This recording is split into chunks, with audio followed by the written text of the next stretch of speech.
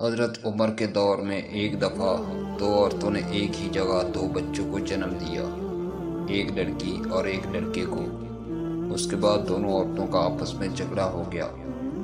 جھگڑا اس بات پر تھا کہ ایک عورت کہتی تھی لڑکا میرا ہے اور لڑکی تمہاری، دوسری کہتی تھی نہیں لڑکا میرا ہے اور لڑکی تمہاری۔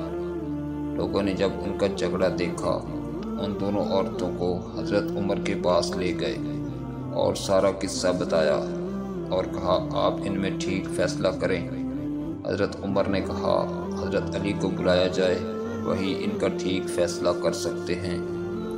جب حضرت علی آئے تو لوگوں نے سارا قصہ مولا علی کو بتایا تو مولا علی نے فرمایا ان دونوں عورتوں کو ایک ایک چھوٹا برتن دو اور انہیں کہو پردے میں جا کر ان برتن میں اپنا اپنا دودھ لے کر آؤ۔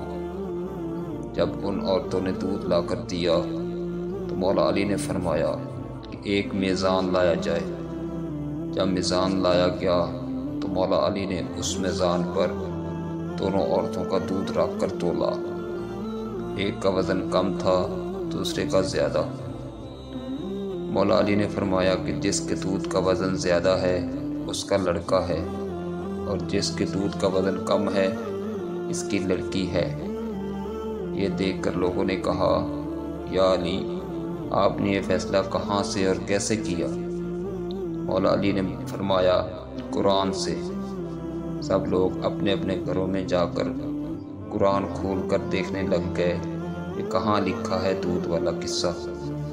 رات بھر قرآن سے ڈھونڈ ڈھونڈ کر جب کسی کو کچھ بھی نہ ملا تو صبح سب لوگ مسجد میں جمع ہو گئے، اور جب مولا علی مسجد میں آئے تو لوگوں نے کہا یا علی آپ نے تو کہا تھا کل والا فیصلہ آپ نے قرآن سے کیا ہے، مگر ہم سب نے ساری رات قرآن سے ڈھونڈا مگر ہمیں کچھ نہیں ملا۔